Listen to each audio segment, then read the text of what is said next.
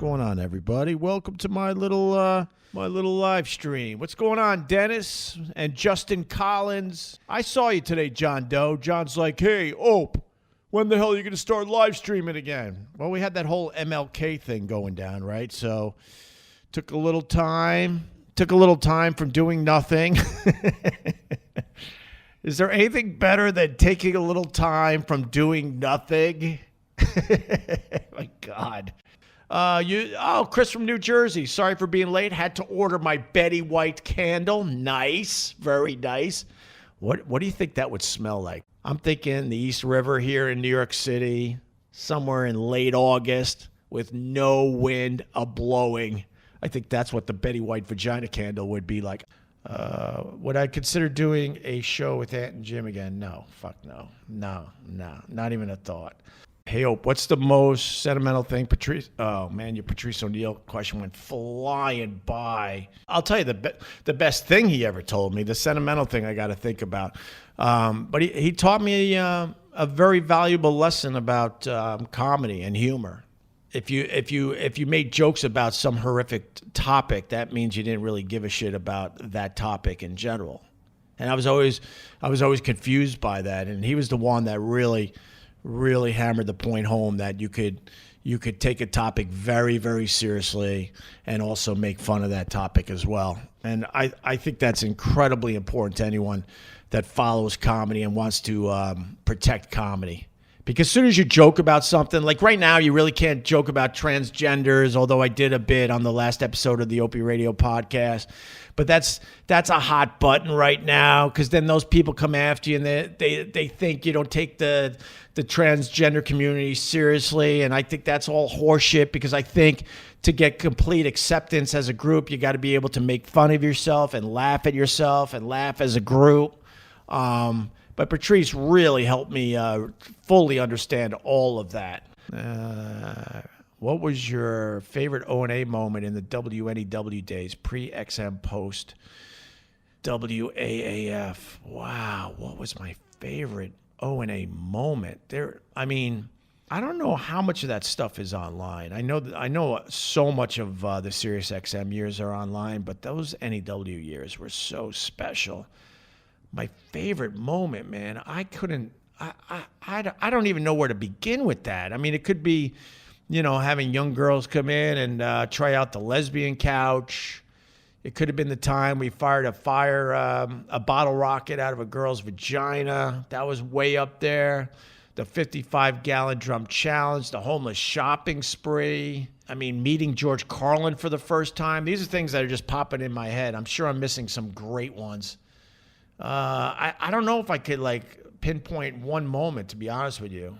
Opie, do you remember blowing off Sacha Baron Cohen at XM? No, man. Fill me in on that one. I don't remember. I know the fans of the Opie and Anthony Show at this point know way more than me, because I haven't refreshed my memory in many, many years, because I don't really listen to old O&A stuff at this point. So I know there's super fans that know way more than me.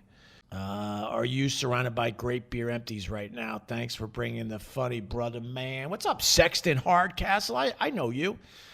Actually, I was drinking the other day over the weekend. I was drinking a s'mores.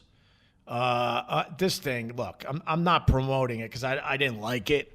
But Shiner is one of my favorite beers out of Austin, Texas, I think. And one of their seasonal beers is I think it's called S'mores or something like that, and it's chocolate and marshmallow. The problem is you taste a little too much of the chocolate and a little too much of the marshmallow. So, Sanctuary of Geeks. Hi, Opie, not a hater. I didn't think you were. But what would you do if you walked past Anthony in the street? Would you talk?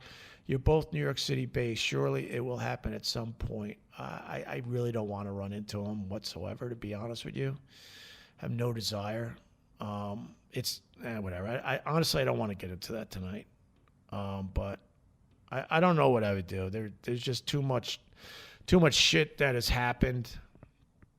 I'm really, really mad about it. Look, we didn't like each other, but somewhere along the way, Anthony decided that he really needed to make it him against me. If you really look at the whole history of that, I was staying out of it. He has spent 5.5 years just trashing me at every turn. I can honestly say that the overwhelming majority of hate I get towards me and my family absolutely comes from Anthony, and that just really, really makes me really mad and really sad at the same time, if that makes sense.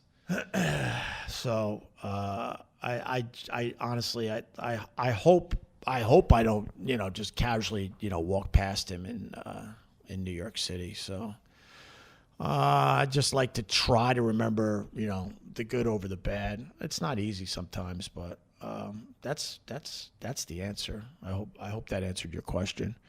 All right, guys. This was fun. And make sure you subscribe to the Opie Radio podcast. I'm starting to use some of this audio on the podcast, or more and more of it. So, fuck, Andrea, but Tara, $15 to help keep the podcast free. Thank you, Andrea. I hope you dipped into that meditation by now, Andrea. I hope you did. Yeah, right on, George. Night to you as well. Blue Chew. You don't know what Blue Chew is, Richard Powell? It's basically, I don't know if they want me to use the other brands, but it's, it's an alternative to the other ones, okay? The Cialis and the Viagra. People seem to really like the Blue Chew. Carl liked the Blue Chew.